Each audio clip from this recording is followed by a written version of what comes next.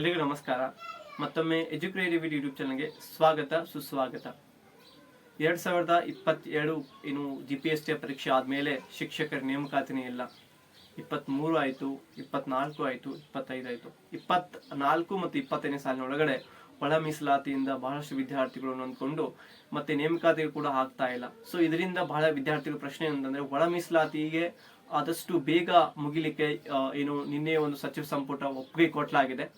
ಹಿಂಗಾಗಿ ಒಳ ಮೀಸಲಾತಿ ಮುಗಿದು ನೇಮಕಾತಿಗಳು ಯಾವಾಗ ಪ್ರಾರಂಭ ಆಗ್ತಾವ ಅನ್ನೋಂಥ ಪ್ರಶ್ನೆ ಎಲ್ಲ ಆಸ್ಪಿರೆಂಟ್ಸ್ಗೆ ಇದೆ. ಇವತ್ತಿನ ದಿನ ನಿಮ್ಮ ಪ್ರಶ್ನೆಗೆ ನಾನು ಉತ್ತರ ಕೊಡ್ಲಿಕ್ಕೆ ಬಂದಿದ್ದೇನೆ. ನಾನು ಇಷ್ಟು ದಿನ ನಿಮಗೆ ಯಾವುದೇ ಕಾರಣಕ್ಕೂ ಉತ್ತರ ಕೊಡ್ಲಿಕ್ಕೆ ಆಗ್ತಾ ಇರಲಿಲ್ಲ, ದಯವಿಟ್ಟು ಕ್ಷಮಿಸ್ರಿ ಅಂತ ಹೇಳ್ತಾ ವಿಡಿಯೋನ ಪ್ರಾರಂಭ ಮಾಡೋಣ. ಒಳ ಮೀಸಲಾತಿ ಯಾವಾಗ ಮುಗಿತದ ಅನ್ನೋದು ಬಹಳ ಮುಖ್ಯ. ಈಗ ಆಲ್ರೆಡಿ ಮುಗಿಲಿಕ್ಕೆ ಎಲ್ಲರೂ ಕೂಡ ಒಪ್ಪಿಗೆ ಕೊಟ್ಟಿದ್ದಾರೆ, ಇಲ್ಲಿ ಯಾವುದೂ ಕೂಡ ಸಮಸ್ಯೆ ಬಂದಿಲ್ಲ. ಬಂದಿರುವಂತಹ ವಿಚಾರ ಏನಂತಂದ್ರೆ, ಈಗ ಅದನ್ನ ಅಧಿವೇಶನದೊಳಗಡೆ ಏನ್ ಮಾಡ್ಬೇಕಾಗ್ತದೆ, ಬಿಲ್ ಅನ್ನ ಮಂಡನೆ ಮಾಡ್ಬೇಕಾಗ್ತದ. ಸೊ ಅದಾದ್ಮೇಲೆ ಏನಾಗ್ತದ, ಅದನ್ನ DPR ಒಳಗೆ ಹೊಡಿಸಿ ಅಧಿಕೃತವಾದ ಗೆಜೆಟ್ ಮಾಡ್ತಾರ. ಬಟ್ ಅದಕ್ಕಿಂತ ಮೊದಲೇ ಕೆಲವಷ್ಟು ಅಬ್ಜೆಕ್ಷನ್ಸ್ ಕೂಡ ಕೇಳ್ತಾರೆ ಸಾರ್ವಜನಿಕರು. ಅದಕ್ಕೊಂದು 15 days ಬೇಕಾಗ್ತದೆ. ಮತ್ತೆ ಅಗೇನ್ ಅದನ್ನ ಬಿಲ್ ಪಾಸ್ ಮಾಡ್ಲಿಕ್ಕೆ ಒಂದು 10 to 15 days ಬೇಕಾಗ್ತದೆ. ಮತ್ತೆ ಅಗೇನ್ ಅದ್ರ ಬಗ್ಗೆ ಡಿಸ್ಕಷನ್ಸ್ ಕೂಡ ಆಗ್ಬೇಕಾಗಿದೆ. ಮತ್ತೆ ಜೊತೆಗೆ ಅದನ್ನ ಆಯಾಯ ಇಲಾಖೆಯೊಳಗಡೆ ಅದನ್ನ ಏನ್ ಮಾಡ್ಬೇಕು ಅಂತಂದ್ರೆ, ಆ ರೋಸ್ಟರ್ ಮಾಡುವಂತ ಪ್ರಕ್ರಿಯೆ ಇದೇನೋ ಅದಕ್ಕೊಂದು 20 days ಆಗ್ತದ. ಅಂದ್ರೆ ಇವೆಲ್ಲ ಹಿಡ್ಕೊಂಡು ನಿಮ್ಗೆ ಕನಿಷ್ಠ ಅಂದ್ರೆ ಒಂದು 60 to 70 days ಆಗ್ತದೆ. ಮತ್ತೆ ನೋಟಿಫಿಕೇಶನ್ಗೆ ಮತ್ತೆ ತಯಾರಿ ಮಾಡ್ಕೋಬೇಕಾಗುತ್ತಲ್ಲ, ಅದಕ್ಕೂ ಒಂದು 20 days ಆಗ್ತದೆ. ಹಿಂಗಾಗಿ ನಿಮ್ಗೆ ಸಿಗೋದು 3 ತಿಂಗಳು ಅಂತ ಹೇಳ್ತೀನಿ ನಾನು. 3 ತಿಂಗಳ ಮೇಲೆ ಬಹಳ ಅಂದ್ರೆ ನಿಮ್ಗೆ ಅಬ್ಬಬ್ಬ ಅಂದ್ರೆ ಸಿಗೋದು ಒಂದ್ ತಿಂಗಳ ಅಂತ ಹೇಳ್ತೀನಿ. ಸೊ 4 ತಿಂಗಳೊಳಗೆ ನೋಟಿಫಿಕೇಶನ್ ಆದ್ರೆ ಇನ್ನು 2 ತಿಂಗಳೊಳಗಡೆ ನಿಮ್ ಪರೀಕ್ಷೆ ನಡೆಸ್ತಾರ. ಸೊ ಒಂದ್ ರೀತಿ ಒಳಗಡೆ 6 ತಿಂಗಳೊಳಗಡೆ ನಿಮ್ ಪರೀಕ್ಷೆ ಇದೆ. ಈಗ 6 ತಿಂಗಳೊಳಗಡೆ ಪರೀಕ್ಷೆ ನಡೆಸ್ತಾರ ಅನ್ನುವಂತ ಮನಸ್ಥಿತಿ ಇಟ್ಕೊಂಡು ನೀವು ಇವತ್ತಿಂದನೇ ಒಂದು ಕ್ಷಣವನ್ನ ಮಿಸ್ ಮಾಡ್ದ ಓದ್ಲಿಕ್ಕೆ ಸ್ಟಾರ್ಟ್ ಮಾಡಿದ್ರೆ, ಕೊನೆ ಪರೀಕ್ಷೆ ಏನ್ ಲಾಸ್ಟ್ ಒಂದು 10 ನಿಮಿಷ ಉಳಿದಿರುತ್ತೆ ಅಲ್ಲಿವರೆಗೂ ಕೂಡ ಓದಿದ್ರೆ ಸಿಲೆಬಸ್ ಮುಗಿಯೋದಿಲ್ಲ. ಸೊ ಅದಕ್ಕೆ ಬಹಳ ಟೈಮ್ ಅನ್ನ ನೀವು ವೇಸ್ಟ್ ಮಾಡಬೇಡ್ರಿ. ಅಫ್ಕೋರ್ಸ್ ನಾನು ಯಾವಾಗಲೂ ಕೂಡ ಹೇಳ್ತಿರ್ತೀನಿ, ಮಾಡಬೇಡ್ರಿ ಅಂತ. That is my duty to inform you all. But ನೀವು ಅದನ್ನ ಅರ್ಥ ಮಾಡ್ಕೋಬೇಕಾಗ್ತೈತಿ. ಯಾಕಂದ್ರೆ ಸಮಯಕ್ಕೆ ಬೆಲೆ ಕೊಡ್ರಿ. ಇವತ್ತಿನ ದಿನ ನಿಮ್ಗೆ ಒಂದ್ ರೀತಿ ಒಳಗಡೆ ಗೆಸ್ಟ್ ಟೀಚರ್ ಆಗಿ ಹೋಗಬಹುದು, ನೀವು ಬೇರೆ ಕಡೆ ಟ್ಯೂಷನ್ಸ್ ಅನ್ನ ಮಾಡಬಹುದು. ಇವತ್ತು ನಿಮ್ಗೆ ಬಡವರು ಇರಬಹುದು, ನಿಮ್ ಕಷ್ಟಗಳಿರಬಹುದು. ಬಟ್ ಇದಕ್ಕೊಂದು ಅಂತ್ಯ ಅಂತಂದ್ರೆ ನಿಮ್ಗೆ ನೀವು ಸಮಯಕ್ಕೆ ಬಹಳ ಮಹತ್ವ ಕೊಡೋದು. ಅಂದ್ರೆ ಮುಂಬರುವಂತ 6 to 7 months ಏನಿದೆ ನಿಮ್ಗೆ ನಿಮ್ಮ ಲೈಫ್ ಅನ್ನು ಡಿಸೈಡ್ ಮಾಡ್ತದ. ಮತ್ತೆ ಇದಾದ್ಮೇಲೆ ನೀವು ಎಷ್ಟು GPSTR, ಎಷ್ಟು PSTR, ಎಷ್ಟು HSTR, ಎಷ್ಟು ಹುದ್ದೆಗಳು ವಾಲ್ಫಾರ್ಮ್ ಅಕ್ಕಾವ ಅನ್ನೋದು ನಮ್ಗೆ ಗೊತ್ತಿಲ್ಲ ಸರ್. ಯಾವ್ದಕ್ಕೆ ರೆಡಿ ಮಾಡ್ಕೋಬೇಕು ಅನ್ನೋದು ಕೂಡ ಪ್ರಶ್ನೆಗಳಾಗಿದ್ದಾವೆ. ನಿಮ್ಮ ಸೋಷಿಯಲ್ ಸೈನ್ಸ್ ಸಬ್ಜೆಕ್ಟ್ ಆಗಿದ್ರೆ ಅಫ್ಕೋರ್ಸ್ ನೀವು ಸೋಷಿಯಲ್ ಸೈನ್ಸ್ಗೆ ಪ್ರಿಪರೇಷನ್ ಮಾಡ್ರಿ. ಇಲ್ಲ ಸರ್ ನಂದು ಇಂಗ್ಲಿಷ್ ಇದೆ, ದಯವಿಟ್ಟು ನೀವು ಇಂಗ್ಲಿಷ್ಗೆ ಪ್ರಿಪರೇಷನ್ ಮಾಡ್ರಿ. ಯಾಕಂದ್ರೆ HSTR ಒಳಗಡೆ ಮತ್ತೆ PSTR ಒಳಗಡೆ ಅಗೇನ್ ಮತ್ತೆ PU ಕಾಲೇಜ್ ಹೋಗಿ ಡಿಗ್ರಿ ಕಾಲೇಜ್ ಒಳಗಡೆ ಇಂಗ್ಲಿಷ್ ಅನ್ನ ನೀವು ಮೇಜರ್ ಆಗಿ ತಗೊಂಡಿರ್ತೀರಿ. ಮತ್ತೆ ನಿಮ್ಗೆ ಅಲ್ಲಿ ಕೂಡ ಹೆಲ್ಪ್ ಆಗ್ತದೆ. ಸೊ ನೀವು ಯಾವುದೇ ಕಾರಣಕ್ಕೂ ನೀವು ಹೆದರದೆ, ಯಾವುದೇ ಕಾರಣಕ್ಕೂ ಚಿಂತೆ ಮಾಡದೆ, ನಂದು ಆಗುತ್ತೋ ಇಲ್ಲೋ ಅಂತಹ ಭಾವನೆ ಇಟ್ಕೊಂಡು ನೀವು ಓದದೆ ನೇರವಾಗಿ ದಿಟ್ಟವಾಗಿ ನೀವು ರಿಸಲ್ಟ್ಗೋಸ್ಕರ ಕಾಯ್ದೆ ನೀವು ಇವತ್ತಿನ ಸ್ಟಾರ್ಟ್ ಮಾಡಿದ್ರೆ ಅಫ್ಕೋರ್ಸ್ ನಿಮ್ಗೆ ಸೆಲೆಕ್ಟ್ ಆಗತ್ತೆ. ಬಟ್ ನೀವೇನು ಮಾಡಬೇಕು ಅಂತಂದ್ರೆ ನಿರಂತರವಾಗಿ ಶ್ರಮ ಹಾಕ್ಬಿರಿ ಅಂತ ಹೇಳ್ತೀನಿ ನಾನು. 3 ಇಂದ 4 ತಿಂಗಳ ಒಳಗಡೆನೆ ನಿಮ್ಗೆ ಏನಾಗುತ್ತೆ, ಒಳ ಮೀಸಲಾತಿ ಮುಗಿದು ನೋಟಿಫಿಕೇಶನ್ ಆಗಿ ಆಮೇಲೆ 2 ತಿಂಗಳ ಒಳಗಡೆ ನಿಮ್ಗೆ ಪರೀಕ್ಷೆ ಆಗುತ್ತೆ. ಆ ಪರೀಕ್ಷೆ ಒಳಗಡೆ ನೀವು ಸೆಲೆಕ್ಟ್ ಆಗಬೇಕಪ್ಪ ನಾನು GM ಒಳಗಂತಂದ್ರೆ ಸಮಯಕ್ಕೆ ಬೆಲೆ ಕೊಟ್ಟು ಇವತ್ತಿನಿಂದ ಓದಲಿಕ್ಕೆ ಪ್ರಾರಂಭ ಮಾಡಿ. ನಿಮ್ಗೆ ಆದಷ್ಟು ಬೇಗ ನೀವು ಸರ್ಕಾರಿ ಶಿಕ್ಷಕರಾಗ್ಲಿಕ್ಕೆ ಸಾಧ್ಯ ಆಗತ್ತೆ.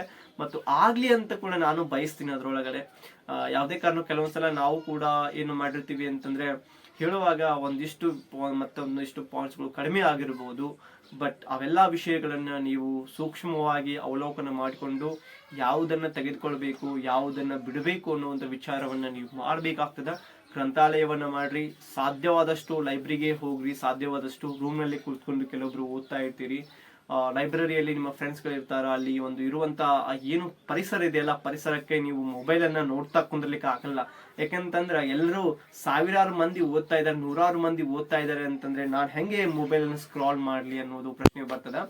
ಅಂದ್ರೆ ಇನ್ನೊಬ್ರು ಓದ್ತಾರೆ ಅಂತಾರೆ ಓದೋದಲ್ಲ, ಬಟ್ ಅದು ನನಗೆ ಮೋಟಿವೇಶನ್ ಕೊಡ್ತದ. ಅಂದ್ರೆ ಹೆಂಗಿರ್ಬೇಕಂತಂದ್ರೆ ನಮ್ಮ ಮೋಟಿವೇಶನ್ಸ್ ಯಾವಾಗ್ಲೂ ಕೂಡ ಪ್ರತಿ ಕ್ಷಣ ಪ್ರತಿ ದಿನ ನಮ್ಗೆ ಮೋಟಿವೇಶನ್ ಇರ್ಬೇಕಂತಂದ್ರೆ ನಾವು ಅದ ಒಂದು ಎನ್ವಿರಾನ್ಮೆಂಟ್ ವಾತಾವರಣ ಬೆಳಿಬೇಕಾಗ್ತದ. ಸೊ ಇರ್ಲಿ, ಪರವಾಗಿಲ್ಲ. ಇವತ್ತಿನವರೆಗೆ ನೀವು ಗೆಸ್ಟ್ ಟೀಚರ್ ಆಗಿ ಹೋದ್ರೂ ಪರವಾಗಿಲ್ಲ, ನೀವು ಕಾಲ್ ಫಾರ್ಮ್ಸ್ ಒಳಗಡೆ ಚೆನ್ನಾಗಿ ಪ್ರಯತ್ನ ಮಾಡ್ತೀನಿ. ಬಟ್ ಅದಕ್ಕೆ ನಿಮ್ಮ ಪರಿಶ್ರಮ ಬಹಳ ಮುಖ್ಯ ಅಂತ ನಾನು ಹೇಳ್ತೀನಿ. ಯಾಕಂದ್ರೆ ನೀವು ಗೆಸ್ಟ್ ಟೀಚರ್ ಆಗಿ ಮಾಡ್ತಾ ಇದ್ರು, ನೀವು ಲೈಬ್ರರಿಯಲ್ಲಿ ಹೋಗ್ತಾ ಇದ್ರು ಅನ್ನೋದು ಬಹಳ ಮ್ಯಾಟರ್ ಆಗಲ್ಲ. ವಾಟ್ ಮ್ಯಾಟರ್ಸ್ ಈಸ್ ನಿಮ್ಮಲ್ಲಿ ಎಷ್ಟು ಮಾಡುವಂತ ಹಂಬಲ ಇದೆ, ಆ ಒಂದು ಏನು ಬೆಂಕಿ ಹತ್ತಿದೆ ಅಂತ ಏನ್ ಹೇಳ್ತಾರೆ ಒಳಗ, ಅದು ಎಷ್ಟು ಇದೆ ಅನ್ನೋದು ಬಹಳ ಮುಖ್ಯ ಆಗುತ್ತೆ. ಸೊ ಹಿಂಗಾಗಿನೇ 2027 ಒಂದು GPSTR ಅಧಿಸೂಚನೆ ಒಳಗೆ ಬಹಳ ಮಂದಿ ಗೆಸ್ಟ್ ಟೀಚರ್ ಆಗಿ ಕೆಲಸ ಮಾಡೋರು ಏನು ಟೀಚರ್ ಆಗಿ ಪರ್ಮನೆಂಟ್ ಟೀಚರ್ ಆಗಿ ಹೋಗಿದಾರ. ಯಾಕಂದ್ರೆ ನನ್ನ ಮುಂದೆನೆ ಬಹಳಷ್ಟು ಉದಾಹರಣೆಗಳಿದಾವ, ಅವುಗಳನ್ನು ನಿಮ್ಗೆ ನಾನು ಹೇಳುವಂತಹ ಅವಶ್ಯಕತೆನೂ ಇಲ್ಲ ಅಂತ ಹೇಳ್ತೀನಿ. ಯಾಕಂದ್ರೆ ನಿಮ್ಮ ಕ್ಲಾಸ್ಮೇಟ್ಸ್ಗಳು ಕೇವಲ 1 ತಿಂಗಳು 2 ತಿಂಗಳಲ್ಲಿ ಓದಿ ಏನಾಗಿದಾರ ಅವರು ಹೋಗಿದಾರ. ಅಂತಹ ವಿದ್ಯಾರ್ಥಿಗಳನ್ನ, ಅಂತಹ ಒಂದು ಆಸ್ಪಿರೆಂಟ್ಸ್ಗಳನ್ನ ನೀವು ಮೋಟಿವೇಶನ್ ತೆಗೆದುಕೊಳ್ಳ್ರಿ. ದಿನಾಲೂ ಕೂಡ ಬೆಳಗ್ಗೆ ಅದನ್ನೇ ನೋಡ್ರಿ, ನಾನು ಸರ್ಕಾರಿ ಟೀಚರ್ ಆಗಬೇಕು, ಹಾಗೆ ಆಗ್ತೀನಿ, ಇನ್ನೊಂದು 6 ರಿಂದ ಒಂದು ವರ್ಷದೊಳಗಡೆ ಪಕ್ಕ ನಾನು ಆಗ್ತೀನಿ, ನನಗೆ ಇಷ್ಟು ಟೈಮ್ ಕೊಡ್ರಿ ಅಂತ ಮನೆಯವರು ರಿಕ್ವೆಸ್ಟ್ ಮಾಡ್ರಿ. ಇದು ನಿಮ್ಮ ಜೀವನವನ್ನ ಬದಲಾಯಿಸುವಂತಹ ಒಂದು ಉತ್ತಮ ವರ್ಷ ಆಗ್ಲಿ ಅನ್ನೋದು ನಾನು ಬಯಸ್ತೀನಿ. ಮತ್ತೊಂದು ವಿಚಾರ ಏನು ನಾನು ನಿಮಗೆ ಹೇಳ್ಬೇಕಂತಂದ್ರೆ, ಶಿಕ್ಷಣ ಸಚಿವರ ಮಾತು ಬಗ್ಗೆ ದಯವಿಟ್ಟು ಬಹಳಷ್ಟು ನೀವು ತಲೆ ಕೆಡಿಸ್ಕೊಳ್ಬೇಡ್ರಿ. ಯಾಕೆಂತಂದ್ರೆ ಅವ್ರದ್ದು ಹೇಳುವಂತ ಕರ್ತವ್ಯ ಅವ್ರು ಹೇಳ್ತಾ ಇರ್ತಾರ, ನೀವು ಕೇಳಿ ಅದನ್ನ ಮನಸ್ಸಿಗೆ ಹಚ್ಕೊಳ್ಳುವಂತ ಕರ್ತವ್ಯ ನಿಮ್ಮದಲ್ಲ. ನಿಮ್ಮ ಕರ್ತವ್ಯವೇನು, ಮತ್ತೆ ಯಾವುದೇ ಕಾರಣಕ್ಕೂ ಕೂಡ ನಾನು ಏನು ಅಂತ ಹೇಳ್ತಾ ಯಾವುದೇ ಕಾರಣಕ್ಕೂ ನಾನು ರಿಸಲ್ಟ್ಗೋಸ್ಕರ ವೇಟ್ ಮಾಡ್ದೆ, ನಾನು ಪ್ರಯತ್ನವನ್ನ ಸದಾಕಾಲ ಮಾಡ್ತಾ ಇರ್ತೀನಿ. ಮತ್ತೆ ನಾನು ಏನ್ ಬಿಲೀವ್ ಮಾಡ್ತೀನಿ ಅಂತಂದ್ರೆ, ನನ್ನ ಒಂದು ಕೆಲಸದೊಳಗೆ ಬಿಲೀವ್ ಮಾಡ್ತೀನಿ. ನಾನು ರಿಸಲ್ಟ್ ಬಗ್ಗೆ ಯಾವುದೇ ಕಾರಣಕ್ಕೂ ವರಿ ಮಾಡ್ಕೊಳ್ಳೋದಿಲ್ಲ. ಅಂತಹ ವಿಷಯವನ್ನ ನೀವು ಇಟ್ಕೊಳ್ರಿ, ಯಾವುದೇ ಕಾರಣಕ್ಕೂ ಇದು. ಮತ್ತೆ ಇನ್ನೊಂದು, ಸೋಷಿಯಲ್ ಮೀಡಿಯಾ ಸಾಧ್ಯವಾದಷ್ಟು ಅವಾಯ್ಡ್ ಮಾಡ್ರಿ. Avoid your Instagram and avoid your WhatsApp, along with that avoid your all the social medias app. Telegram ಅನ್ನು ನೀವು ಇಟ್ಕೋಬಹುದು, ಉತ್ತಮವಾಗಿ ಅಲ್ಲಿ ಸೋರ್ಸ್ಗಳು ಸಿಗ್ತಾವ, ನಿಮಗೆ ಕ್ವಿಜಸ್ಗಳನ್ನು ಮಾಡ್ಲಾಗ್ತದೆ, ಅದನ್ನು ಯೂಸ್ ಮಾಡ್ರಿ. ಸಾಧ್ಯವಾದಷ್ಟು ಯೂಟ್ಯೂಬ್ನಲ್ಲಿ ಕೂಡ ನೀವು ಕ್ಲಾಸಸ್ಗಳನ್ನು ಕೇಳ್ರಿ. ಬಟ್ ನಾನು ನಿಮ್ಗೆ ಏನು ಕ್ಲಾಸಸ್ಗಳನ್ನು ಕೇಳ್ರಿ ಅಂತಂದ್ರೆ, ಯಾವ ಕಾನ್ಸೆಪ್ಟನ್ನು ರಿಯಲ್ಟಿ ಅಂಡರ್ಸ್ಟ್ಯಾಂಡಿಂಗ್ ಆಗಿಲ್ಲ ಅವಾಗ ಬಂದು ಕೇಳ್ರಿ ನೀವು. ಅದು ಬಿಟ್ಟು ನೀವು ಬೇರೆದನ್ನು ನೀವು ದಯವಿಟ್ಟು ಕೇಳಲಿಕ್ಕೆ ಮತ್ತು ನೋಡಲಿಕ್ಕೆ ನೀವು ಹೋಗಬೇಡಿ. ಸೊ ಹಿಂಗಾಗಿ ಈ ವಿಷಯಗಳನ್ನು ನೀವು ನೆನಪಿಟ್ಕೊಳ್ತೀರಿ, ನಿಮಗೆ ಯೂಸ್ ಆಗುತ್ತೆ ಅನ್ನೋದನ್ನು ಇವೆಲ್ಲ ಬುದ್ಧಿ ಮಾತುಗಳನ್ನು ಕೂಡ ಹೇಳಿದ್ದೀನಿ, ಎಕ್ಸ್ಟ್ರಾ ವಿಷಯಗಳನ್ನು ಕೂಡ ಹೇಳಿದ್ದೀನಿ. ಸೊ ಇದ್ರೊಳಗೆ ಯಾವ್ದನ್ನು ತಗೊಳ್ಬೇಕು ಯಾವ್ದನ್ನು ತಗೋಬಾರ್ದು ನೀವೇ ನಿರ್ಧಾರ ಮಾಡಿಕೊಟ್ಕೊಂಡು ಓದ್ರಿ ಅಂತ ಹೇಳ್ತಾ, ಇವತ್ತಿನ ವಿಡಿಯೋ ನಿಮಗೆ ಬಹಳ ಹೆಲ್ಪ್ಫುಲ್ ಆಗಿದೆ. ಈ ವಿಡಿಯೋನ ನಿಮ್ಮ ಫ್ರೆಂಡ್ಸ್ ಕೂಡ ಶೇರ್ ಮಾಡಿದ್ರೆ ಅವ್ರದ್ದು ಜೀವನ ಕೂಡ ಬೆಳಗಾಗ್ತದೆ, ಅಂದ್ರೆ ಅವ್ರ ಜೀವನದಲ್ಲಿ ಕೂಡ ಬೆಳಕು ಬರ್ಲಿಕ್ಕೆ ಸಾಧ್ಯ ಆಗ್ತದೆ. ಲಾಸ್ಟ್ ಒಂದು ಮಾತು ಹೇಳ್ತೀನಿ, ನಾನು ಕತ್ತಲೆ ಒಳಗಿದ್ದೇನೋ, ನಾನು ಗಟ್ರ ಒಳಗಿದ್ದೆ, ಚರಂಡಿ ಒಳಗಿದ್ದೇನೋ ಅನ್ನೋದು ಮುಖ್ಯ ಆಗಲ್ಲ. ಎಲ್ಲೇ ಇರಲಿ ಅದು ನಾವು ಅರಳುವಂತ ಪ್ರಯತ್ನ ಮಾಡಬೇಕು. ಅಂದ್ರೆ ಕಮಲ್ ಹೂವು ಕೆಸರೊಳಗ ಅರಳಿ ಕೆಸರೊಳಗೂ ಕೂಡ ಉತ್ತಮವಾದಂತಹ ಹೂವು ಅರಳಿದೆ ಅನ್ನೋದನ್ನು ನಾವು ನೋಡಿದ್ದೇವೆ. ಅದೇ ರೀತಿಯಾಗಿ ಗುಲಾಬಿ ಹೂವು ಕೂಡ ನಾನು ಕೆಸರಲ್ಲಿ ಅರಳಿಲ್ಲ ಅನ್ನೋದನ್ನ ಮುಳ್ಳನ್ನು ಕೂಡ ಮುಳ್ಳಿನ ಪಕ್ಕದಲ್ಲಿನೇ ಅರಳೋದನ್ನು ಬಿಟ್ಟಿಲ್ಲ. ಹಾಗೆ ನಾವು ಕೂಡ ಕಷ್ಟಗಳೇ ಬರಲಿ, ನಮಗೆ ಮಳೆಯೇ ಬರಲಿ, ಚಳಿಯೇ ಬರಲಿ, ಪ್ರಯತ್ನವನ್ನ ನಿಲ್ಲಿಸದಿರಲಿ ಅಂತ ಹೇಳ್ತಾ ಇವತ್ತಿನ ವಿಡಿಯೋನ ಇಲ್ಲಿಗೆ ಮುಗಿಸೋಣ. ಮತ್ತೆ ಮುಂದಿನ ವಿಡಿಯೋ ಸಿಗ್ಲಿಕ್ಕೆ ನಾನು ಕೂಡ ಪ್ರಯತ್ನ ಮಾಡ್ತೀನಿ. ನಮಸ್ಕಾರ.